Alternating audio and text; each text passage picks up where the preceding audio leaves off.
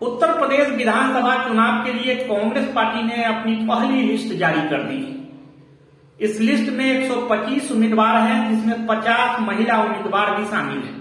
Unnao rape पीड़िता की मां को भी कांग्रेस ने उम्मीदवार बनाया है। प्रियंका गांधी ने बताया, कांग्रेस के उम्मीदवारों में महिलाओं के साथ साथ कुछ पत्रकार, एक अभिनेत्री और समाजसेवी भी शामिल हैं। बड़े नामों की बात करें तो सलमान खुर्शीद की पत्नी लुईस खुर्शीद को टिकट मिला है। उन्नाव से कांग्रेस ने आशा सिंह को उम्मीदवार बनाया है। इसके अलावा एनआरसी, सीएए के खिलाफ आंदोलन करने वाली सदफ जाफर को भी उम्मीदवार बनाया गया है। संघर्षशील महिलाएं हैं जिन्होंने कांग्रेस पार्टी में रहते हुए सालों के लिए संघर्ष किया है। हमारी एक आध जिला अध्यक्ष भी हैं जिन्होंने बहुत अच्छा काम किया है। उसके साथ साथ ऐसी महिलाएं हैं जिन्होंने बहुत अत्याचार भी देखा है अपने जीवन में और उसके खिलाफ लड़ा है। कुछ समाज सेविकाएं भी हैं जो अपने विधानसभा से लड़ना चाह रही थी, तो उनको भी हमने समर्थन दिया है और आगे बढ़ा है। मैं इस सूची को, जो 50 महिलाएं हैं, 2 मिनट में मैं उनकी सूची पढ़ के आपको सुनाना भी चाहती हूँ। नंबर 18 नगीना में श्रीमती हेनरीटा राजीव सिंह। नंबर 21 नेहटौर में श्रीमती मीनाक्षी सिंह। नंबर 33 संभल में श्रीमती निदा अहमद। नंबर 45 हस्तिनापुर में श्रीमती अर्चना गौतम। 46 किठौर में श्रीमती बबीता गुर्जर। 60 गढ़मुक्तेश्वर में श्रीमती आभा चौधरी। 61 नोएडा में श्रीमती पंखुरी पाठक।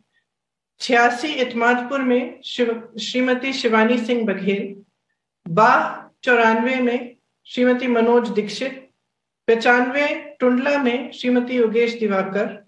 98 शिकोहाबाद में श्रीमती शशि शर्मा। 99 सिरसागंज में श्रीमती प्रतिमा पाल। एटा 104 में श्रीमती गुंजन मिश्रा। मैनपुरी 107 में श्रीमती विनीता साखिया। करहल 110 में श्रीमती ज्ञानवती देवी। बिसौली 112 में श्रीमती प्रज्ञा यशोधा। बदायूं 115 में श्रीमती रजनी सिंह। बहेरी 118 में श्रीमती संतोष भारती। बरेली कैंट में 125 में श्रीमती सुप्रिया एरन। जलालाबाद 132 में श्रीमती गुरमीत कौर। पोवाया 134 में श्रीमती अनुज कुमारी। शाहजहांपुर 135 में श्रीमती पूनम पांडे। मोहम्मदी 144 में श्रीमती रितु सिंह। सीतापुर 146 में श्रीमती शमीना शफीक। बांगरगांव 162 में श्रीमती आरती बाजपेयी। मोहन 164 में श्रीमती मधु रावत। उन्नाव 165 में श्रीमती आशा सिंह। लखनऊ सेंट्रल 174 में श्रीमती सदफ जफर। मोहनलालगंज 176 में श्रीमती ममता चौधरी। कादीपुर 191 में श्रीमती निखिलेश सरोज। फरुखाबाद 194 में श्रीमती लुईस खुर्शीद। औरैया 204 में श्रीमती सरिता दोहरे। बिल्हौर 209 में श्रीमती उषा रानी कोरी। कालपी 220 में श्रीमती उमाकांति। ओरई 221 में श्रीमती उर्मिला सोनकर खाबरी। मानिकपुर 237 में श्रीमती रंजना बरातीलाल पांडे। रामपुर खास 244 में श्रीमती आराधना मिश्रा मोना जी। बाबागंज 245 में श्रीमती बीना रानी। फाफामऊ 254 में श्रीमती दुर्गेश पांडे। इलाहाबाद साउथ 263 में श्रीमती अल्पना निषाद। 264 में श्रीमती मंजू संत। दरियाबाद 270 में श्रीमती चित्रा वर्मा। हैदरगढ़ 272 में श्रीमती निर्मला चौधरी। गोंडा 296 में श्रीमती रमा कश्यप। डुमरियागंज 306 में श्रीमती कांति पांडे। हरैया 307 में श्रीमती लबोनी सिंह। खजनी 325 में श्रीमती रजनी देवी। रामपुर खरकना में श्रीमती शहला अरहारी 339।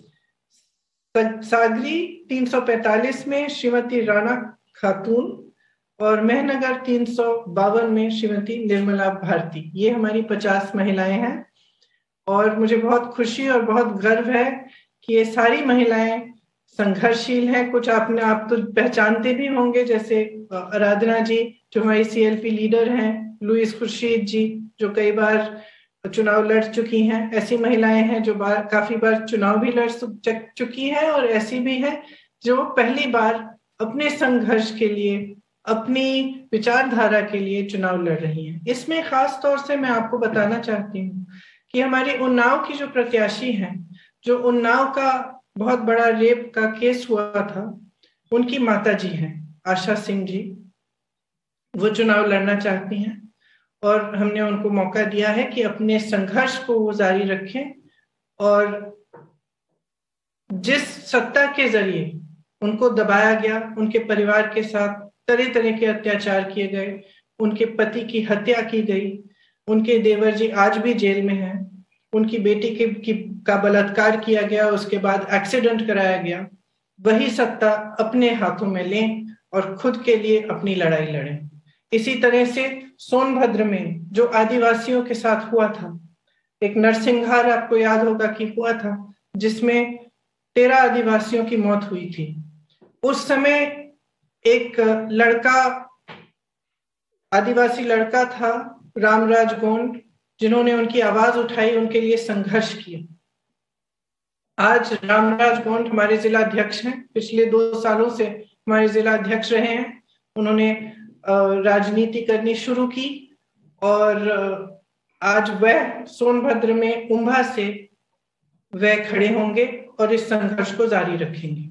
इसी तरह से आपको मालूम होगा कि आशा बहनों ने कोविड के समय कितनी बड़ी इस देश की सेवा की, कि अपने जीवन को ध्यान में न रखते हुए घर घर गई, सेवा की, जिसको कोरोना था दवाइयां पहुंचाई, और उनका मानदेय कभी बढ़ाया नहीं गया।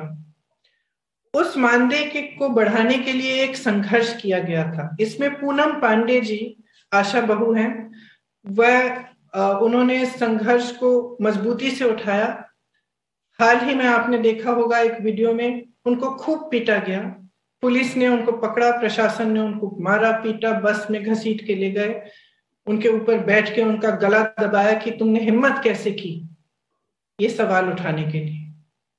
तो पूनम पांडे जी भी शाहजहांपुर से चुनाव लड़ रही हैं। सदफ जाफर के बारे में आप सबने सुना होगा। सदफ जाफर ने NRC CAA के समय बहुत संघर्ष किया, पुलिस उनको उठाकर ले गई, बेवजह उनको जेल में डाला। उनके 2 बच्चे अकेले घर पे थे, उनकी देखभाल के लिए कोई नहीं था, फिर भी सदफ ने खूब संघर्ष किया, आवाज उठाई। उसके बाद भी जब सरकार ने तमाम पोस्टर छपवा के प्रदेश की शहरों में लोगों के चेहरों की फोटोग्राफ उन पोस्टरों पे लगाकर उनके बारे में प्रशासन ने लिखा, तब भी सदफ जी का नाम उसमें था। फिर भी उन्होंने संघर्ष किया और वो पीछे नहीं हटे।